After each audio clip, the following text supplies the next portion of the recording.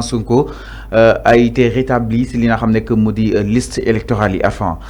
donc lu nu mel fan la ko war a mën a yóbbu moom ki nga xam que mu di Ousmane Sonko. mooy maanaam damay jëkkee fi nga waxoon rek tout ça pour ça je crois tu m'as dit hier quand je disais tout ça pour ça incohérence sur incohérence loolu xanaa kay firnde na fu ñu jëm mënoo jàpp Ousmane Sonko depuis booba léegi di yëg ak a wàcc di yëg ak a wàcc di ko tong-tongal di ko buntu xatal pour au final dire aux Sénégalais ni que je l'ai réhabilité totalement xam nga franchement sëñ Fallou il faut que autorités yi aussi xoolaat seen bopp il faut que ñu xoolaat seen bopp mënoo commencer un dossier tu l'as même pas fini égali au dossier bi voilà tu reviens pour dire que oui am ngeen dëgg ci yeneen anam on a vu avec la loi qui a été votée d'amnistie topp benn nit boucler ce dossier bi kenn jugé wu leen kenn dégguloo leen tu votes dans la foulée une loi d'amnistie xam nga loolu mooy incohérence sur incohérence loolu laa ne l'état du Sénégal est sur des incohérences et incohérences donc li su ñu ko defoon bu yàgg on aurait dû éviter DGE la fa amoon ak CDC aussi la fa amoon jëmale si la réhabilitation bu Ousmane Sonko exactement effectivement gis nga lii bu ñu ko defoon bu yàgg du am les morts là du am comment dirais-je non enfin parlant de radiation non nekkul lii nekkul procès ak Adji Sarr mais c'est la radiation mais man je te parle de Adji Sarr Ousmane Sonko la loi d'amnistie la loi des terroristes et des forces occultes c'est man loolu laa ko tuddee loi boobu la loi des terroristes et la loi des forces occultes et des nervis parce que ñoom ñoo tax wala des forces de l'ordre seen loi la donc bu ñu njëkkee woon ci dire la vérité aux Sénégalais il y aura pas de mort aujourd'hui yow yaa ngi wax ci comment dirais-je ils n'ont pas tenu un langage de vérité. Oui mais c'est ça loolu moo manqué woon di quelque part les autorités loolu moo leen manqué woon je ne sais pas pour à quelle fin peut-être c'est des soubassements politiques ñoom dañoo bëgg coûte à tout prix écarter un candidat aux élections ils l'ont réussi maintenant il revient maintenant pour dire les Sénégalais la vraie face de l'histoire c'est ça loolu moo am. Ils reviennent pour dire aux Sénégalais maintenant la vraie face de l'histoire Ousmane Sonko mooy maanaam deful dara on a voulu l'écarter du jeu et def nañ ko comme on l'a réussi maintenant dañoo ñëw pour wax leen Sénégalais doog a wax leen dëgg lan moo xew c'est comme ça la politique au Sénégal depuis Mathusalem c'est comme ça boo bëggee surtout avec l'ère Macky Sall à lui seul le président Macky Sall à lui seul il a écarté combien d'opposants phares il a commencé par Karim passé par Khalifa Sall il a égali moo entamé son deuxième mandat avec Ousmane Sonko là où un président ne l'a jamais fait peut-être kii moo ko defoon Senghor moo ko defoon ci ay jamono quand il a voulu écarter les Mamadou Dia et comme ça donc da nga jàpp ni lii yëpp c'était pour écarter après combien de jeunes qui ont été tués dans les manifestations et combien de stations saccagées et combien de pour arriver à là pour dire les Sénégalais voilà écoutez Ousmane Sonko en réalité deful dara on l'a voulu écarter du jeu maintenant on vient pour demander le pardon de ce pourquoi là on l'a écarté on vient pour demander les Sénégalais pardon de ce pourquoi des jeunes se sont fait tuer c'est-à-dire que c'est la version des faits nit ñi dund ni jamono bi ni c'est la version des faits la ñuy dund ñi ci jamono bi nii après avoir fait évacuer tout ce qu'il voulait écarter Ousmane Sonko tas partiam dans la foulée toroxal ñu war a toroxal ray ñu war a ray mais c'est ça la réalité maintenant ils viennent pour demander pardon pardon bi il fallait ñu voter à tout prix cette loi boobu mais rey ñu war a rey avant da nga nekk di jëlaat phrase u Moustapha Diakhaté yi jàpp ne li Moustapha Diakhaté wax am na sur le terrain ah bon mais Moustapha Diakhaté c'est pas des paroles en l'air moo tax man j'ai voulu que le procureur woo ko laaj ko bien avant bu mu tenir ces paroles là fan la ko teg enfin Moustapha Diakhaté mais du waxantu mais il a fait ce qu'il a dit ils l'ont fait day ñëw si soir de Ramadan peut-être jeunes yooyu dañu war a rey daa war a ñëw soir de Ramadan bu ko attaqué man faale wu ma ko bu naree ñëw fii ci plateau bi c'est pas mon temps d'antenne man su ma nekkee ak moom du tere li ma wax dama koy wax si kanamam li may wax sosaluma ko moom moo ko wax alors daa war a ñëw sosaluma ko c'est-à-dire que Sëñ Fallou c'est-à-dire que loolu moo yàq Sénégal c'est-à-dire que da ngay gis benn nit buy wooyee kilifa boppam nga bëgg ko wax dëgg mais nga am kersa wax ko dëgg parce que da nga jàpp ni kooku kilifa la sa kanam mais ku matul kilifa doo ko jàppee kilifa man sama papa sa baay moom laa jàppee kilifa sama papa laay jàppee kilifa. Tu sais pourquoi? Parce que moom ay kaddu démbam ak kaddu teyam benn la. amul différence. Foofu laa ko nawee. sama papa bu ne lii xonk na bu ne weex na. alors c'est clair. maintenant bu fekkee kilifa ngay wut ci kooku ngay jàpp. maintenant nit koo xamante dañu ne ñu war a rey dinañ leen rey ni ñu war a tëj dinañ leen tëj après l'état nguur gi mu passé en action. on a vu tout ce qui s'est passé. les jeunes qui doivent être tués. ils sont morts. ñu waroon tëj na leen ba ñu observer seen libération fii massivement ñu ngi leen di bàyyi ndànk-ndànk. ce qui veut dire que Moustapha Diakhaté lu mu waxoon.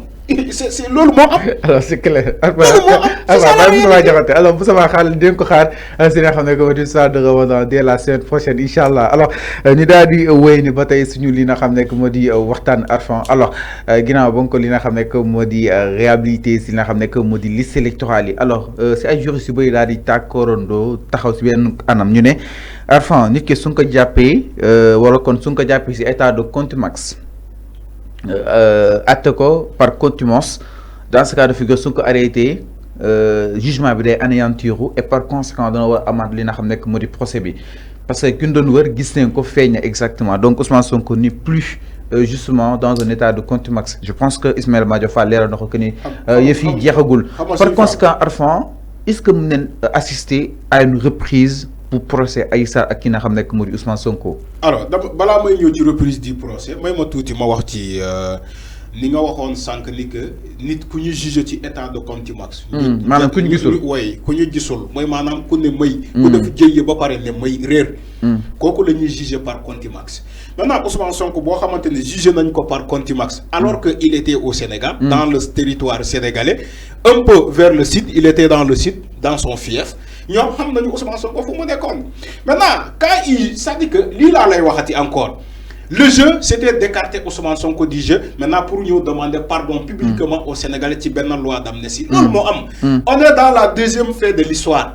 la version réelle de l'histoire c'est-à-dire que lu ñu doon dund yëpp c'était les pages sombres de l'histoire c'est-à-dire que le mensonge lañ doon dund maintenant ces autorités-là ont décidé de venir sur les faits réels. Les moments clairs de l'histoire lan moo waraloon li étape par étape on va vivre ça même le nouveau président qui va être élu moom ça sera plus clair ci les moments de mars 2021 ba juillet 2023 on est maintenant dans la phase de l'éclairage lan moo waraloon lii kon xale yi de ils sont morts pour rien du tout les jeunes qui se sont fait tuer ils sont morts dans leur plein droit et dans le néant dans rien du tout. Parce qu'ils ont voulu défendre une cause. Et Ousmane Sonko qui a été emprisonné et toujours en prison, il a été emprisonné pour un néant, pour un rien du tout. Parce que nous sommes devant leur loi d'amnistie. Okay. Parce que donner loi d'amnistie pour setal ay terroristes et ay forces occultes, vous faites qu'il y a ba pare nga voté loi bobu jallale ko. On attend à la promulgation de cette loi peut-être aujourd'hui ou bien demain. Loolu la lay wax ni encore suma ñëwé ne la Sëñ Fallou qui est jugé par contumace alors qu'il est au Sénégal nga jugé ko par contumace ñu ne la toutefois la loi du contumace moo ne ki nga jugé ci contumace boo ko tegee loxo bés boo ko tegee loxo rek même bu fekkee ci beneen délit bu différent da ngay jàpp ni c'est toujours la même personne nga teg loxo donc dans ce cas contumace bi dafay daanu loi loolu la wax gis nga ku jàng droit ba pare respecté ko jox droit c'est-à-dire que il faut pas perdre des années d'étudier le droit droit nu mu métier ñu jaar faculté de droit yëpp xam nañu bu baax li may wax c'est-à-dire que mënoo perdre beaucoup d'années d'étudier le droit c'est-à-dire que en droit même ñu ne la boo amee licence en droit c'est comme si tu n'as rien du tout maintenant ñu perdre du temps tellement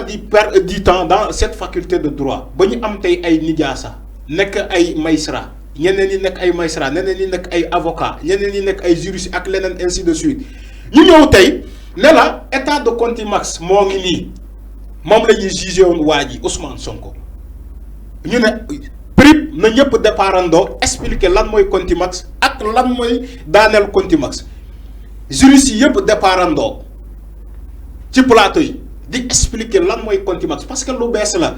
Sénégalais yi dund nañu fi am nañu dund fii ba faatu musuñu egg ci état bi d'ailleurs on doit féliciter Ousmane Sonko, il a révélé beaucoup de choses qui dormaient dans la Constitution. Parce que mais c'est ça la réalité. Parce que Daoul Daoul, il est au Sénégal, nous juge, l'État a décidé de le juger par contumace. Une personne qui est au Sénégal. On doit remercier Ousmane Sonko. Non seulement, c'est pas parce que il est le plus intelligent au Sénégal, non. C'est pas parce qu'il est le plus courageux au Sénégal, non. C'est pas parce qu'il est le plus brave au Sénégal, non. Non. C'est parce que Ousmane Sonko a fait révéler beaucoup de choses. Ousmane Sonko a fait savoir aux Sénégalais que anam yi yoré Sénégal depuis 1960 ci ay tiaxan lañ ko yoré ci ay jeu de diperie, le jeu du yo-yo, manipulation sur manipulation. C'est Ousmane Sonko qui a révélé toutes ces choses là. Regardez l'état de contumace. Mané la juriste yépp déparando ci plateau yi di expliquer expliquer lan moy contumace parce que sénégalais à un moment donné il faut que nous léguions donc la plénitude à ceux qui ont appris le droit, qui ont étudié le droit. Nous nous expliquer nous lan moy lolu parce que moment bobu ñu bari dañoo jaxlé won ki bu waxé jaarné ki wax jaarné ñu né arrêtez attendez il faut que ñu déglu ñu am borom xam-xam yi ci ñu joggé ci les facultés de droit là ñu né len kay len ngeen expliquer ñu lan moy contumace ñom ñep ñew ku nek bëgg expliquer lan moy contumace mais tu as vu des gens expliquer correctement l'état du contumace et lan moy daanal contumace ba légui dara changé wu ci sen explication. Par contre on a vu des ministres yo xamantene ils ont tenté d'expliquer lan moy contumace bo ba légui kenn xamul sa lu ñu bëgg wax en tant que des ministres yo xamantene dañ la né ñom ñoo ngank justice bi kenen ki ngank comment dirais-je le garde des Sceaux pour ne pas les nommer Ismaïla Madior Fall a tenté une fois d'expliquer l'état de contumace. Je crois que même dem na bet ci média ben média tugal étranger né len contumace bi la décision du jugement est définitive. Même si dafa ñëw encore rectifier loolu la né c'est un jeu de yo-yo, un jeu de diperie. C'est-à-dire que le mensonge peut prévoir c'est la vérité. L'autre nous prenons. Maintenant, quand Antoine Félix Diome taxaw dans ci benen bànqaas bi moy manam ci benen ministère bi jéem jappalé natangom nekkoon ci garde des Sceaux mom tamit Antoine Diome il faut pas l'oublier hein. Je crois que les Sénégalais l'ont oublié dans le jeu là. Waruñu faté Antoine Félix Diome amul lu fi joué wul. Il a joué un rôle très prépondérant donc ci tay lu wara tay ñu voter loi d'amnistie bobu. Parce que les jeunes qui se sont fait massacrer sur l'ère Antoine Diome qui était le ministre de l'Intérieur. Il ne faut pas oublier ça aussi. Les Sénégalais, c'est ça la réalité. Antoine Félix Diome, il a un discours